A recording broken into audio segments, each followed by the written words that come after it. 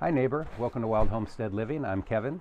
You may recall a couple weeks back, Julie and I made a video showing how we get our seeds started with soil blockers. We used a 3/4 inch and a 2 inch in that video.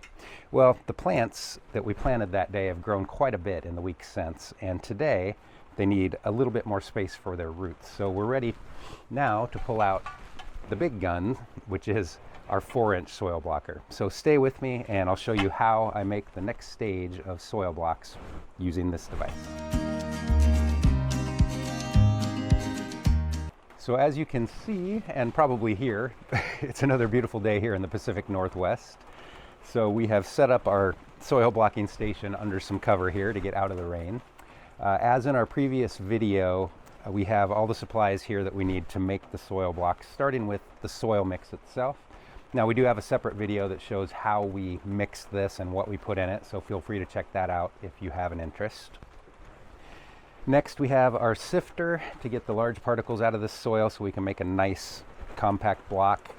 We have a catch pan that we're actually going to be making the blocks in. Have some water to make sure we get the right moisture mix in the blocks, excuse me. We have the tray that is going to eventually have the blocks in it, and it has some cardboard in the bottom that's damp, so we can keep the blocks nice and damp.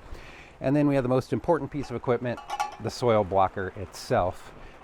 And as you may have heard there, it serves a separate purpose. So if you start to get tired of making the blocks and want to create your own entertainment and you need a little more cowbell, this can give you that as well.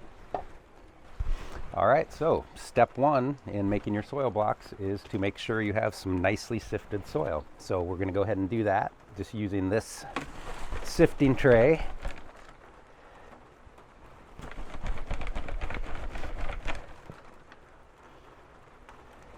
And most growth medium has small twigs, clumps of things in it. This tray is going to serve to catch most of that so it doesn't end up in the final blocks, because these large chunks can actually cause the soil blocks to break up. You want nice fine soil because it's going to hold together better and going to be nice for those roots to spread through as they grow. All right, so now we have a decent amount of sifted soil here that's ready to start being made into soil blocks. But the first step is to make sure that we get it nice and wet so it'll hold its shape. So just use the water can here. Mix this in.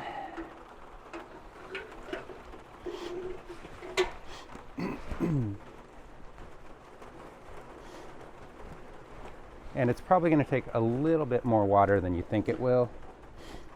But some of that, if there is excess, will get squeezed out when we're making the soil block.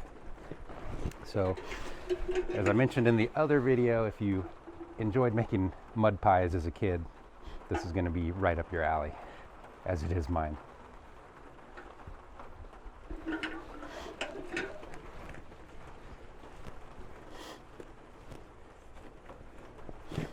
All right, so you can see this is kind of starting to stick together a bit here. Starting to get close to what we want to see. I might add just a touch more water.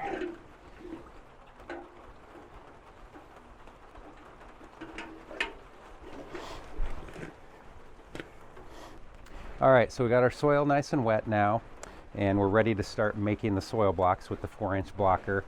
The 4-inch blocker has a little 2-inch divot inside of it that's going to make the space that we will transplant our 2-inch soil blocks into.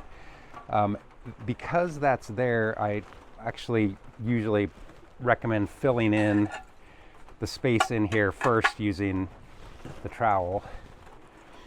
If you just start to compact it, it often will leave a void bigger than you want around that little spacer. So I usually put the soil in first, then mound it up and start really compressing more in there to fill in that space. And you should see, just like in the past video with the smaller blockers, water will start to come out the top as you get that filled up and apply pressure, because there's excess moisture that's going to come out as you form the soil block. So you want to put a lot of pressure on this, get it nice and packed in there. You're going to know it's full when you can't push it down to the bottom of the bin anymore, and you get this nice little domed effect on top of the blocker. Go ahead and scrape that off to make it nice and level. Then you're ready to put it in the tray. And this part's a little bit tricky. Make sure you set it down so its full weight is down and carefully squeeze. And I usually squeeze all the way up, and then I let off, let it rise on its own, and then give one more squeeze to release it. And you end up with a nice little soil block, a little tower of soil. It's kind of like a square soil volcano, but it's got this void that's ready to put that other soil block into, so your roots will have more room to spread. So that's basically all there is to it. We're going to go ahead and make as many of these as we need to transplant our seeds, and when they're ready, we'll be doing that transplant.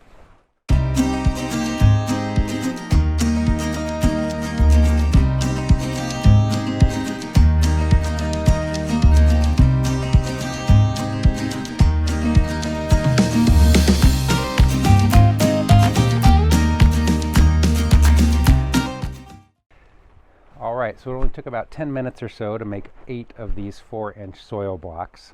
These are now ready to go. We're going to be putting the 2-inch blocks that already have starts growing in them into these to give those roots a little more space to spread out before we transplant them into their final growing spot in the raised beds out in our garden. The thing to remember about the 4-inch soil block is you really have to work a little bit at getting the mix of water and soil right so that it holds together. These bigger ones are a little more fragile than the smaller blocks, so it really is more of an art than a science getting this mix right. So you want to experiment a little bit, mess with your technique until you get something that works. It's really just an excuse to have some fun playing in the soil. So hope you enjoyed this video. If you did, or if you didn't, feel free to comment in the bottom. Give us any feedback you'd like. Also, please feel free to visit wildhomesteadliving.com and download the Quick Start Garden Guide that Julie put together. There's a wealth of information in there for you, regardless of your level of experience with gardening. All right, thank you so much for joining me, and hope to see you next time.